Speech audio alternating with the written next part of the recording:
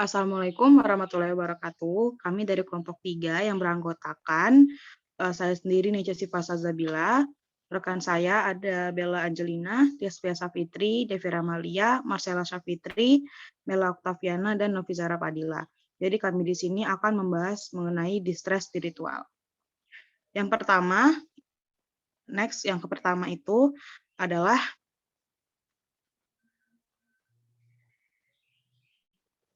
konsep dari stres. Jadi stres menurut Conwell Ward tahun 1990 dalam Isniarwati tahun 1996 itu adalah reaksi fisiologis dan psikologis yang terjadi ketika seseorang itu merasakan ketidakseimbangan antara tuntutan yang dihadapi dan kemampuan untuk mengatasi tuntutan tersebut.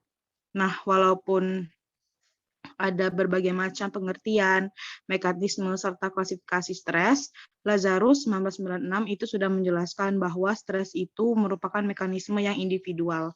Jadi stres untuk seseorang itu belum tentu stres untuk individu yang lain, karena setiap orang itu memiliki toleransi dan persepsi yang berbeda tentang hal yang menjadi hambatan atas tuntutan yang mungkin menimbulkan stres. Jadi dapat disimpulkan bahwa stres ini adalah suatu keadaan yang menekan individu yang disebabkan oleh adanya ketidakseimbangan antara kemampuan yang dimiliki dengan tuntutan yang ada. Stres merupakan mekanisme yang saling terkait baik fisiologis, psikologis maupun perilaku individu yang mengalaminya. Nah, ini dikatakan bahwa suatu stres ini dapat dikatakan baik atau buruk itu bergantung pada seberapa besar perasaan dan respon terhadap sumber stres tersebut, atau bagaimana kita memaknai sebuah sumber stres. Jadi stres itu merupakan kondisi yang normal pada waktu kita menghadapi perubahan dan ancaman dengan respon yang bisa saja adaptif. Nah, menurut Patel tahun 1996, stres itu tidak selalu negatif, namun juga stres itu tidak selalu juga positif, bergantung pada bagaimana kemampuan kita untuk mengukur masalah dengan menggunakan standar ideal diri. Jadi stres itu ada fight, itu bisa eustress yang mengarah ke arah positif, dan light itu adalah akan menjadi distress yang mengarah ke arah negatif atau sebuah gangguan atau permasalahan. Next.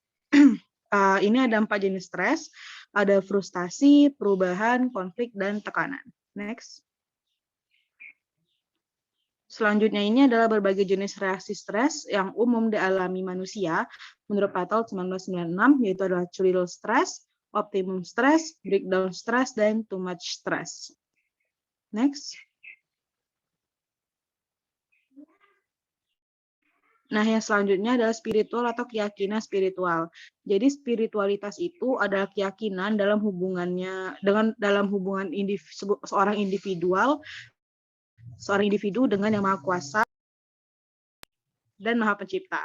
Jadi dimensi spiritual ini berupaya untuk mempertahankan keharmonisan atau keselarasan dengan dunia luar, terus berjuang untuk menjawab atau mendapat kekuatan ketika sedang menghadapi stres emosional, penyakit fisik, atau kematian.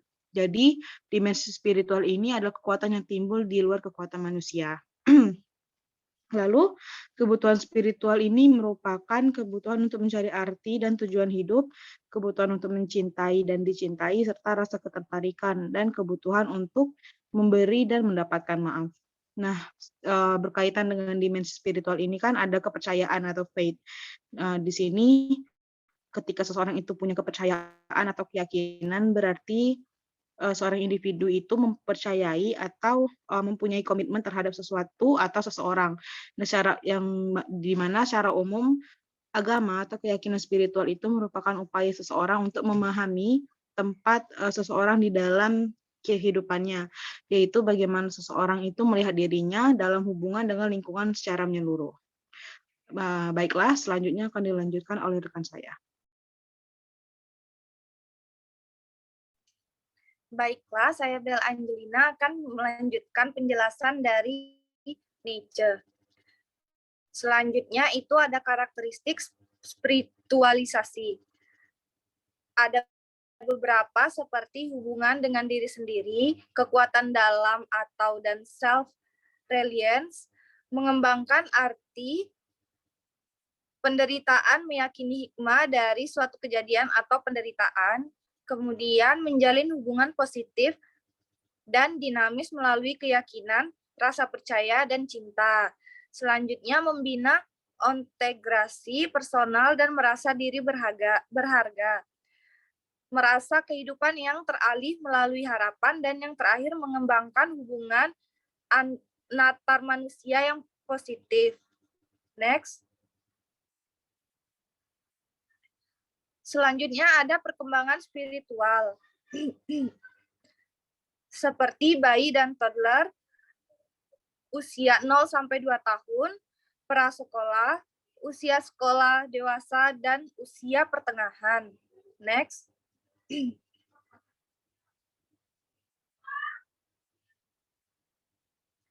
Selanjutnya, ada faktor yang memengaruhi spiritualitas. Menurut Taylor, Lillis, dan Lemon, pada tahun 1997 dan Craven dan Heimel tahun 1996, yaitu ada tahap perkembangan, keluarga, latar belakang etnik dan budaya, pengalaman hidup sebelumnya, krisis dan perubahan, terpisah dari ikatan spiritual, isu moral terkait dengan terapi, dan asuhan keperawatan yang sesuai. Next.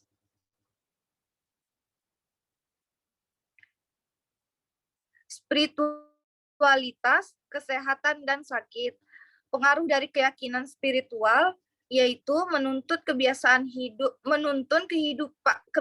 hidup sehari-hari, sumber dukungan, sumber kekuatan, dan penyembuhan, yang terakhir sumber konflik. Selanjutnya akan dijelaskan dengan Desvia. Baiklah, saya Desvia Safitri akan melanjutkan penjelasan dari Bella, yaitu perubahan fungsi spiritual, di mana perubahan fungsi spiritual ini sendiri terbagi menjadi dua, yaitu verbalisasi distres dan perubahan perilaku. Next.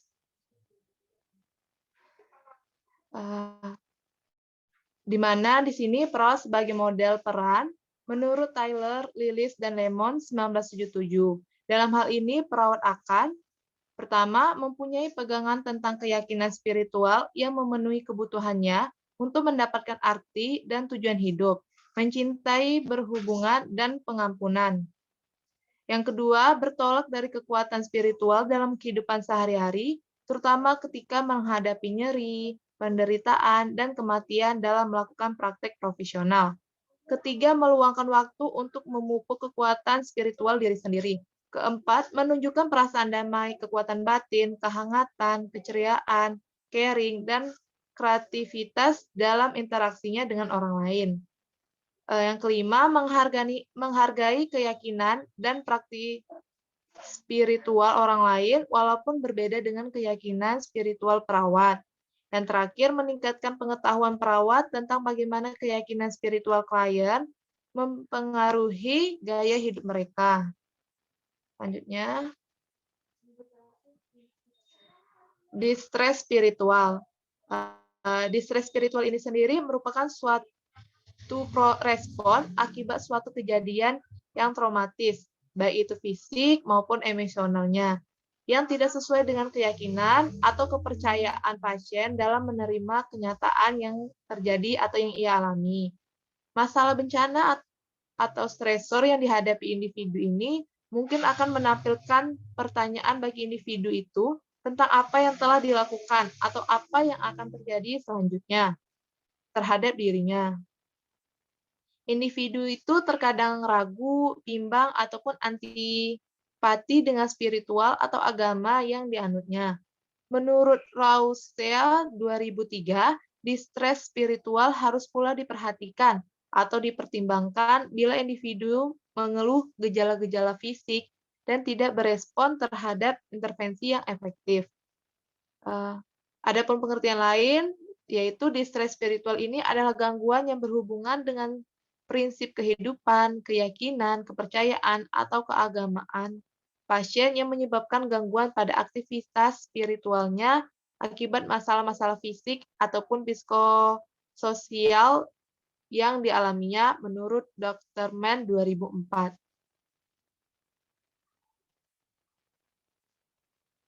Selanjutnya tanda dan gejala, di mana tanda dan gejala yang dapat ditemukan pada pasien distres spiritual melalui wawancara adalah yang pertama, selalu menanyakan kebenaran keyakinan yang dianutnya. Contohnya seperti pasien kurang atau tidak yakin dengan nilai yang selama ini ia anut. Yang kedua, merasa tidak nyaman terhadap keyakinan atau nilai yang selama ini dianut. Selanjutnya, ketidakmampuan melakukan kegiatan keagamaan yang biasanya dilakukan secara rutin. Perasaan ragu terhadap suatu nilai atau keyakinan yang ia miliki.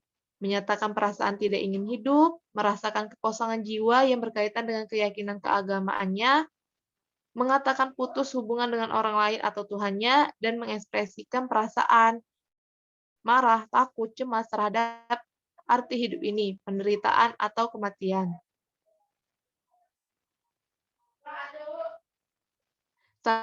Selanjutnya akan dibacakan oleh... Baiklah, perkenalkan saya Dr. Amalia. Di sini saya akan menjelaskan tentang penyebab dari gangguan. Yang pertama, ada faktor fisik, yang mana kecacatan akibat kecelakaan atau bencana alam atau buatan manusia. Yang kedua, faktor fisiologi. Faktor fisiologi yang mana kehilangan orang yang berarti atau harta benda akibat bencana. Yang ketiga, faktor lingkungan, yaitu gangguan akibat kerusakan atau hilangnya potensi atau situasi lingkungan yang selama ini akrab dengan pasien. Next.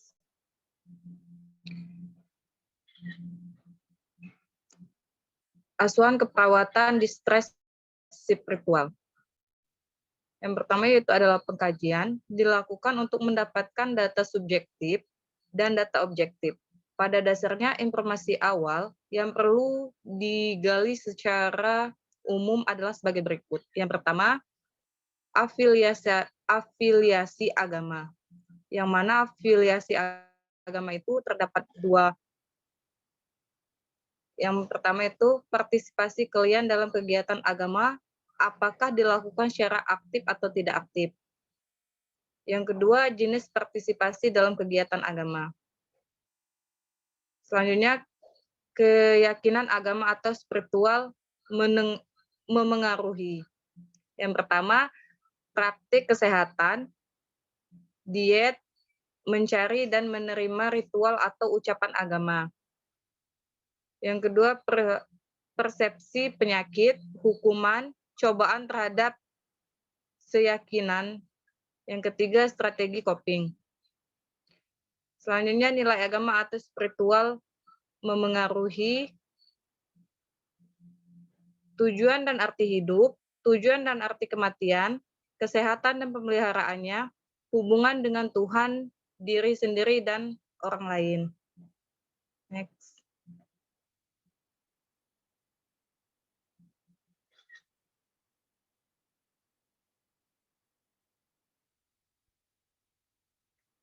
Selanjutnya, pengkajian data subjektif. Pedoman pengkajian spiritual yang disusun oleh Stoll dalam Trapp dan Hirland 1996 merupakan mencakup 4 area, yaitu yang pertama konsep tentang Tuhan atau ketuhanan, yang kedua sumber harapan dan kekuatan, yang ketiga praktek agam dan ritual, yang keempat hubungan antara keyakinan spiritual dan kondisi kesehatan. Pertanyaan yang dapat diajukan perawat untuk memperoleh informasi tentang pola fungsi spiritual klien. Baiklah, selanjutnya yang akan dilanjutkan oleh Marcella Sapitri.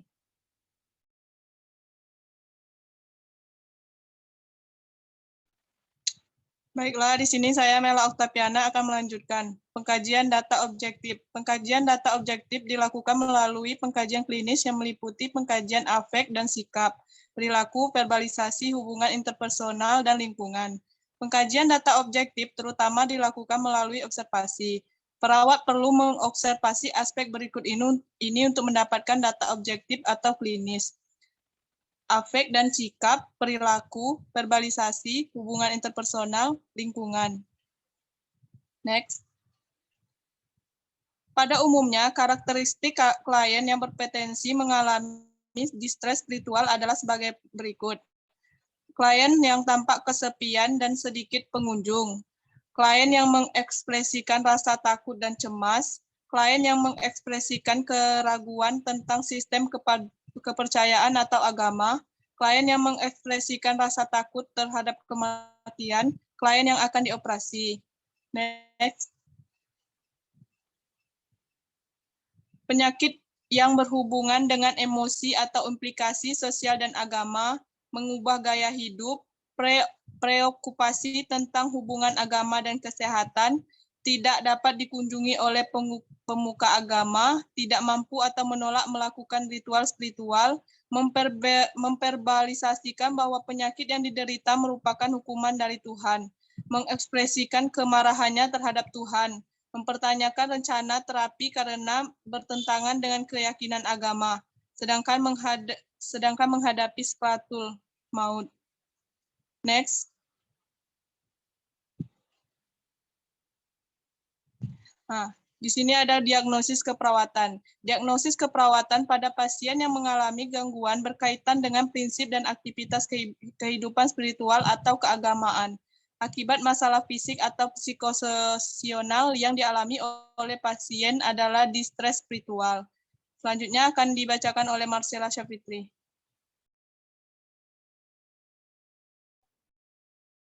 Baik, untuk tindakan keperawatan, tujuan intervensi keperawatan untuk pasien mencakup yang pertama, mampu membina hubungan saling percaya dengan perawat, mampu mengungkapkan penyebab distres spiritual, mampu mengungkapkan perasaan dan pikiran tentang keyakinannya, mampu mengembangkan kemampuan mengatasi masalah dan perubahan keyakinannya, dan mampu melakukan kegiatan keagamaan.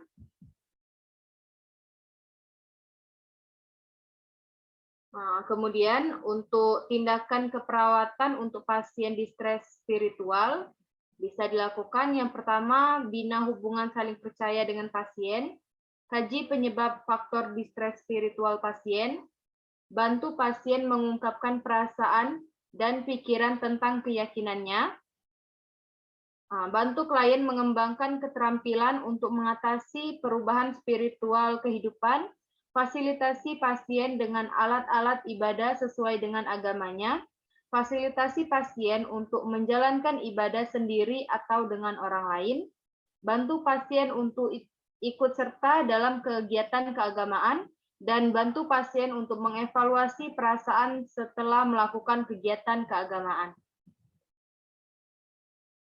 Selanjutnya, untuk tujuan tindakan keperawatan untuk keluarga dengan pasien distres spiritual, agar keluarga itu mampu untuk mengidentifikasi masalah yang dihadapi dalam merawat pasien dengan masalah spiritual, mengetahui proses terjadinya masalah spiritual yang dihadapi oleh pasien, mengetahui cara merawat anggota keluarga yang mengalami masalah spiritual, dan yang terakhir, untuk melakukan rujukan pada tokoh agama bila diperlukan.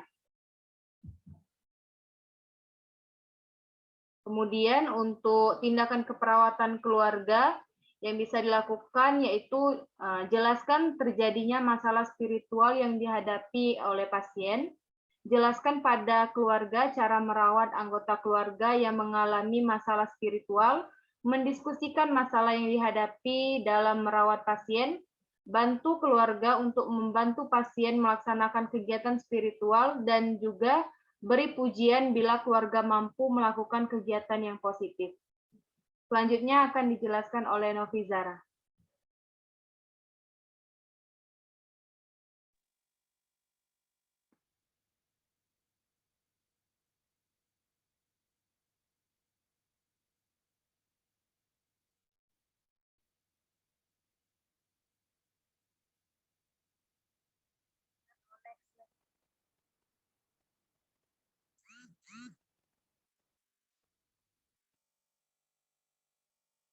Jadi kesimpulannya, Spiritualitas itu merupakan keyakinan klien tentang kehidupan, kesehatan, penyakit, kematian, dan hubungan individu dengan alam semesta. Nah, distress spiritual itu merupakan suatu respon akibat suatu kejadian yang traumatis, baik fisik maupun emosional, yang tidak sesuai dengan keyakinan atau kepercayaan pasien dalam menerima kenyataan yang terjadi. Kebutuhan spiritual itu merupakan kebutuhan untuk mencari arti dan tujuan hidup, kebutuhan untuk mencintai dan dicintai, serta rasa keterikatan, dan kebutuhan untuk memberi dan mendapatkan maaf. Nah, spiritual dan agama sering memberi rasa nyaman dan harapan kepada individu dan dapat sangat mempengaruhi kesehatan dan praktik keperawatan kesehatan individu.